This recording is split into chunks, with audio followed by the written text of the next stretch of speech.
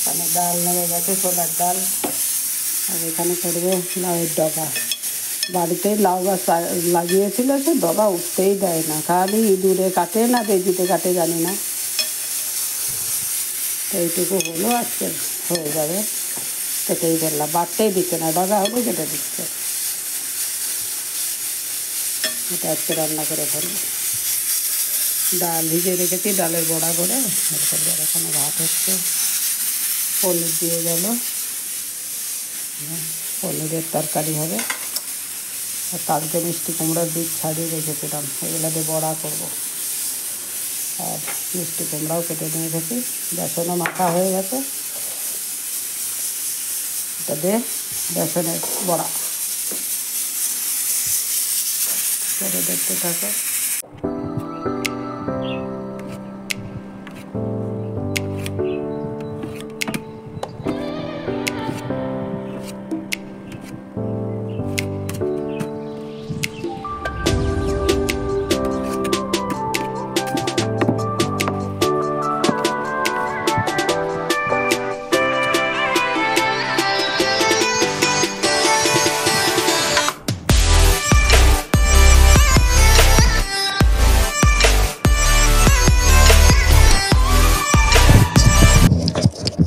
দেখো পনিরটা কেটে নিলাম, কেটে নিয়ে এখন ওই যে মিষ্টি কুমড়োর বীজ ছাড়াচ্ছি। অনেক দিনকার জমা হয়ে গেছিলো, বীজগুলো ছাড়ানোই হয় না। তার আগের দিন রাতে বসে বসে ভিজে রেখেছিলাম, একটু ছাড়িয়েছি কিছু। হাতের নখ টক ব্যথা হয়ে যায়। আবার আজকে একটু জল দিয়ে যে কটা আছে ছাড়িয়ে নিচ্ছি।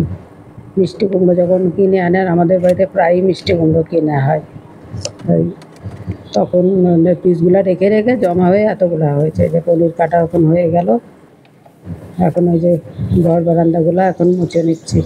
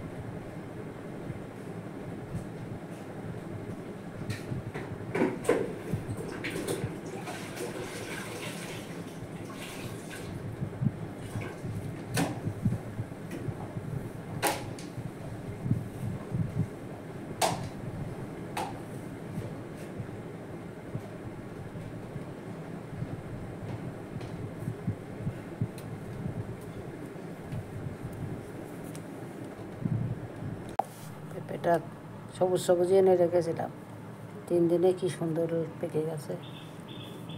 কালকেই কাটতে হবে, নাহলে আবার বেশি নরম হয়ে গেলে কেমন একটা গন্ধ লাগে। কালকে সবাই বাড়িতে থাকবে, কালকেই কাটবো।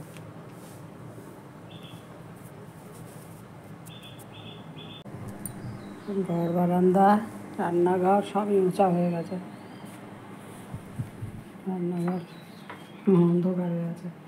গ্যাস ট্যাস সব মুছে নিয়েছি, এখন কটা জামা কাপড় ভেজানো আছে, কাচবো, কেচে তারপর স্নান করবো।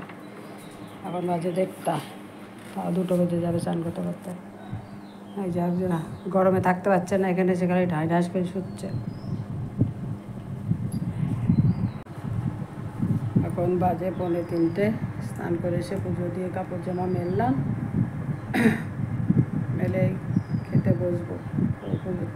প্রসাদটা তুলে নিই, তারপরে খেতে বসবো। এই যে আজকে রান্না হয়েছে, এখানে হয়েছে ছোলার ডাল, ঘন হয়ে গেছে, একটু জল দিয়ে ফোটাতে হবে, একদম সেই লুচির ডাল হয়ে গেছে। আর এখানে হলো লাউ ডাগার ঝোল, ডালে বড়া দিয়ে করেছি। আর এখানে পনিরের তরকারি, এখানে মিষ্টি কুমড়োর ভাজা, আর মিষ্টি কুমড়োর বীজের ভাজা আর কি, বেসন দিয়ে। এখানে হচ্ছে ভাত, একটু দই আছে, এটা খেয়ে শেষ করবে, আবার কালকে নিয়ে আসবে। চলো এই খাওয়া দাওয়া দুপুরে খেয়ে নিই। আজের বয়সে টকটক করে গেছে দরজায়। এখন বাজে 7:45, হাজব্যান্ড 6টার ট্রেন আজকে চলে এসছে। চাটা লিকার চা গ্রিন টি করলাম, গ্রিন টি করে দুজনে খেয়েছি। ছেলে আসলো, দুধ চা করে দিলাম, আটা মেখে রুটি করলাম, রুটি হয়ে গেছে খাওয়া। আর একবার একটু চা দিতে হবে হাজব্যান্ডকে। তারপরে রাত 10টার পরে রান্না করবো না, দুপুরে যা রান্না আছে ওরা তো কেউই খায়নি, সেটাও খায়নি, ছেলের বাবাও খায়নি। ওইগুলো গরম টরম করে খাওয়া দাওয়া হবে রাতে।